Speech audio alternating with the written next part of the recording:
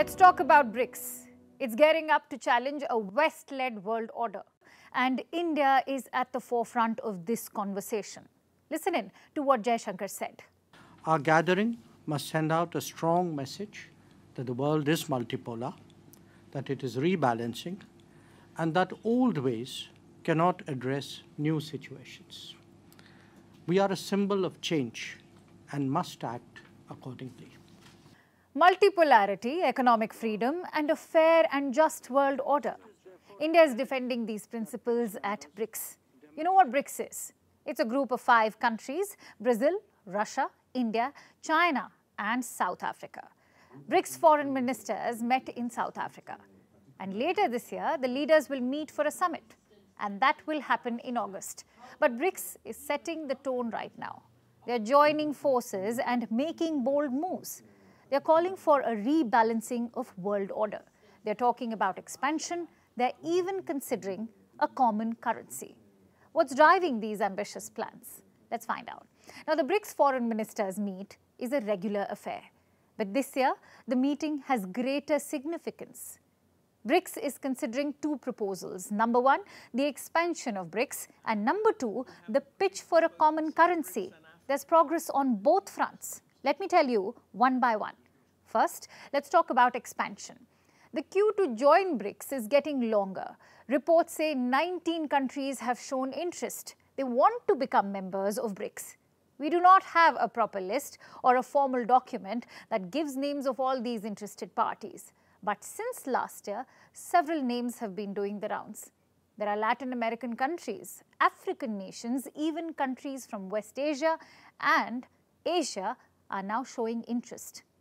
In fact, Saudi Arabia, Iran, and the UAE have made formal requests to join. So there's clear consensus on expansion. But a final call is yet to be taken. Of course, it will come up for discussion again in August when BRICS leaders eventually meet for their annual summit. So what are the next steps? BRICS countries will now come up with a formal document, one that will serve as a guide for expansion. More work will need to be done on this matter. It is still to be processed, and once we have a document that we believe offers clear guidance, we will then take that to the summit in August. So that's the way forward. The work has already begun. Behind the scenes, as many as 15 foreign ministers were invited to this week's meetings. This includes the 5 BRICS members and those nations who are interested in joining. So there's no doubt that the BRICS will expand. It's only a matter of time. China, too, is backing the idea.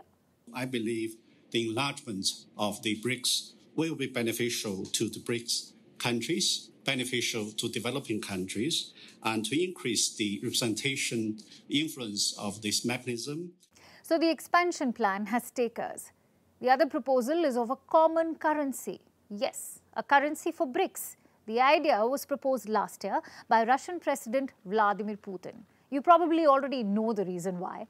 Russia is under severe sanctions, so it needs an alternative. Other countries too feel the same need. They are looking for a replacement to the dollar. These countries have felt the impact of sanctions as well.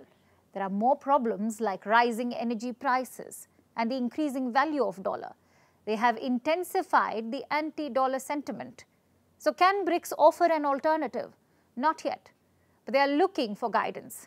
The matter has been referred to the BRICS Bank, the new development bank. It is the group's very own banking institution. BRICS members have asked how a potential currency might work and if using it might lead to any sanctions. The feasibility of a common currency is being studied.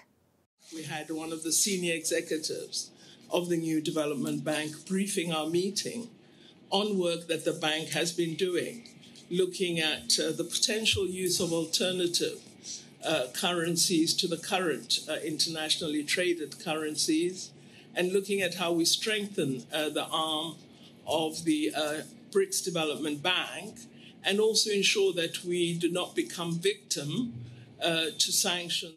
So going by what the South African foreign minister has to say, the possibility is still being explored. We'll have to see how this pans out. It will be interesting to see how BRICS shapes its strategy in the coming months. For now, they're sending a clear message. BRICS wants to become the voice of the global south. It is trying to capitalize on the anti-West sentiment and gain ground. But execution will be tricky. Two problems could cause complications. The first one is the war in Ukraine and the arrest warrant against Putin. The International Criminal Court, or ICC, issued it earlier this year. It has put the host, South Africa, in a tricky situation. South Africa is a member of the ICC. If Putin attends this summit in August, there's a risk he might be arrested. Putin is yet to confirm his plans. The South African government is trying to find a way around. Recently, it decided to award immunity to all summit attendees. But there are doubts if this measure will be good enough. The outcome of this affair could affect the future of BRICS. Another challenge are the frosty ties between India and China. They could cast their shadow too. Would India like to join a common currency pool with China, keeping in mind the tensions at the border? What we do know is that New Delhi is trying to shield multipolarity through BRICS. The challenge will be to protect Indian interests as the BRICS tries to carve out a new identity for itself.